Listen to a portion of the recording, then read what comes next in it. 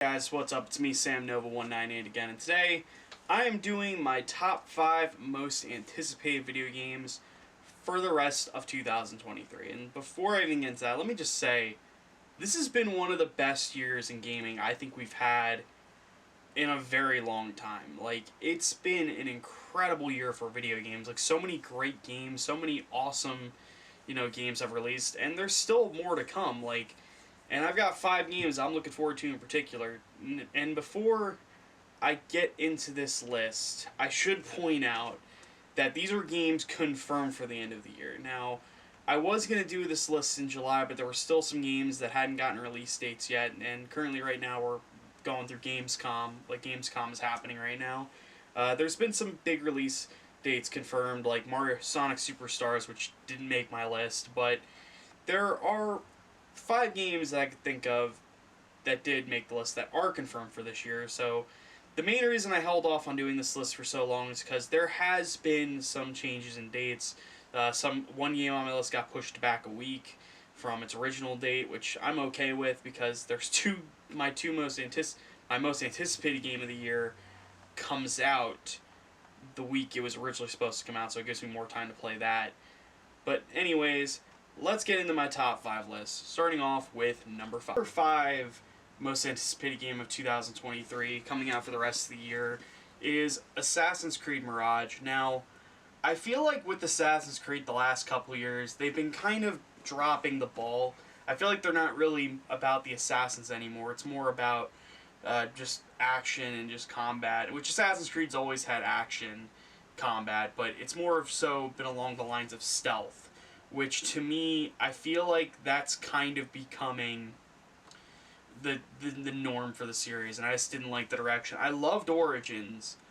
Odyssey I felt like went on for too long, and Valhalla I just could not get into. I played about 4 to 5 hours of it. At first I thought I was playing, I'm playing it on PS4, but I just did not like the gameplay. It was repetitive, and also it was way too big. Like, the world was just absolutely ridiculously way too huge for like its own good.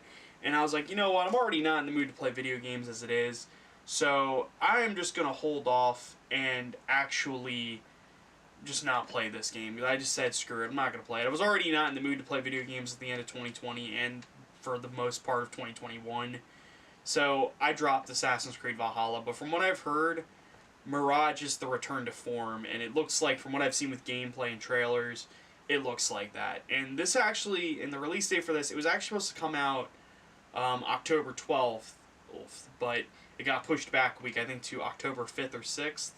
So I'm looking forward to Assassin's Creed Mirage. I'm a little skeptical, see what they do.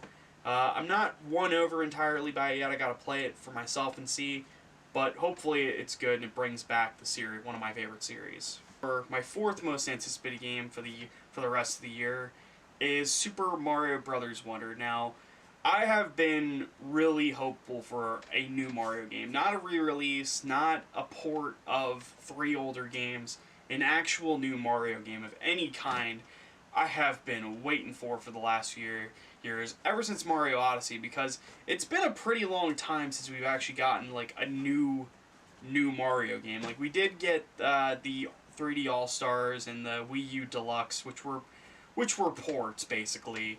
But Mario Wonder does look like the kind of game that I've been waiting for in terms of a Mario game. I loved Odyssey, and I've actually been trying to play more Mario games. I just beat 3D Land and 3D World last year.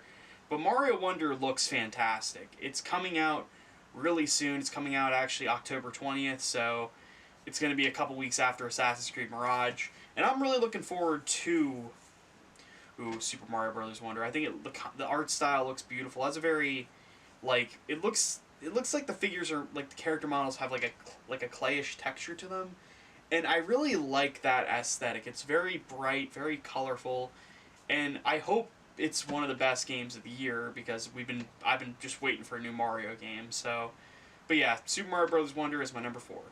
Okay, so my 3rd most anticipated game for the end of the year is none other than Mortal Kombat 1. Now, Mortal Kombat 1 is interesting because I wasn't really the biggest fan of Mortal Kombat 11. I didn't hate it, but it just didn't have that lasting appeal to me that Mortal Kombat X did. Because I played a lot of Mortal Kombat X with my friends, and I am very excited for Mortal Kombat 1 because it does look like it's going back to, back to form. It looks like they're from what I've heard at the end of the Aftermath DLC, spoilers, they completely reset the timeline, meaning there was none of the stuff in the last few games matter. So this is more of a reboot, and I'm looking forward to Mortal Kombat 1. When I saw the gameplay reveal at the Summer Game Fest back in June, I was stunned. It looked amazing, and the combat looks even better. The fighting looks great, and I'm really hyped for this. And this is another fighting game that's coming out. We just had Street Fighter 6, so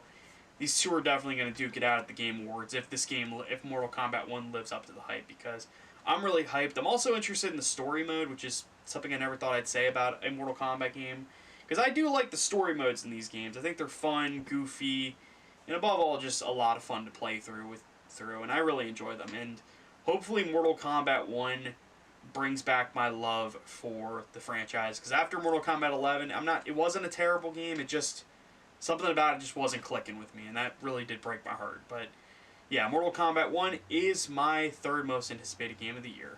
So moving on to my second, this is my number 2 for most anticipated game for the rest of the year, and that is Alan Wake 2. Now, I actually played through Alan Wake 1 a couple years ago, and I really loved it. It was really atmospheric. I really liked the characters. It was a little goofy at times, which was fine. And honestly, with Alan Wake 2, I've heard it does have connections with Control, which I might actually play through Control again to make sure I understand what's going on in Alan Wake 2, because I didn't play the DLC. But Alan Wake 2, from what I've seen, looks awesome. Like, it looks scary as hell. It's more of a horror, like survival horror elements, which I'm okay with, and I can't wait for Alan Wake 2. Like, it looks scary as hell. It looks awesome. Visually, it looks beautiful. Like, I feel like this is one of the first games.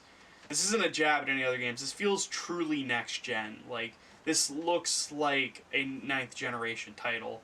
Well, I know that's insulting. It may sound insulting. I'm not saying that to be a dick, but I'm saying a lot of games lately. I think a lot of games do look beautiful, like, still. Like, Miles Morales, God of War, Ragnarok. I thought Jedi Survivor looked amazing. Zelda, Final Fantasy, Street Fighter.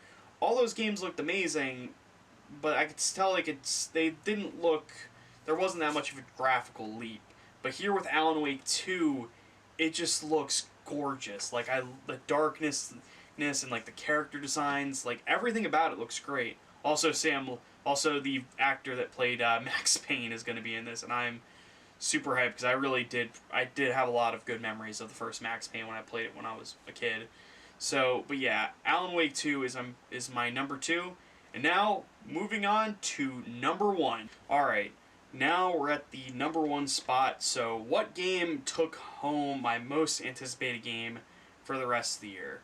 Well, my number 1 most anticipated game for the rest of the year is Marvel's Spider-Man 2. Now, this was actually really high on my first most anticipated list for the year. I think it was either number 2 or number 3, but now it's at number 1 because, oh boy, I cannot wait to get my hands on this game when it comes out in October, because I absolutely adored Spider-Man 2018. I love the story. Some of the stealth section with Miles and Mary Jane weren't that fun. Thought they were a little underwhelming. Thankfully, they did fix the Miles thing with the Miles Morales video game, which I also loved. But Spider-Man 2, when I saw the gameplay demo back in May, it looked amazing, and I was like, alright, this looks great. Like, the combat, like, with Venom, with the Spider-Man in the Venom suit, it looked fucking badass. Like, it looked like something like got a prototype, and I really liked that. And then we got that story trailer where we actually got our first look at what Venom was going to look like, and that got me even more hyped, because I cannot wait to see what they do with this. I do hope they do take some risks like they did in Spider-Man 2018. I felt like Miles Morales did play it a little safe, which I'm fine with, but I really loved Spider-Man Miles Morales. It was a great game, and I thought 2018 was a masterpiece. So I'm hoping that Insomniac once again knocks it out of the park with Spider-Man 28, with Spider-Man 2, because I am super excited for this. It's coming out in 2 months, and it's easily my most anticipated game for the rest of the year. So anyways, guys, thank you so much for watching this video. Let me know in the comments what your most anticipated games are for the rest of the year. Like, what are you mostly excited for? And with that being said, if you like the video, make sure you like it. If you like my content, make sure to subscribe. And I'll see you guys next time, and goodbye.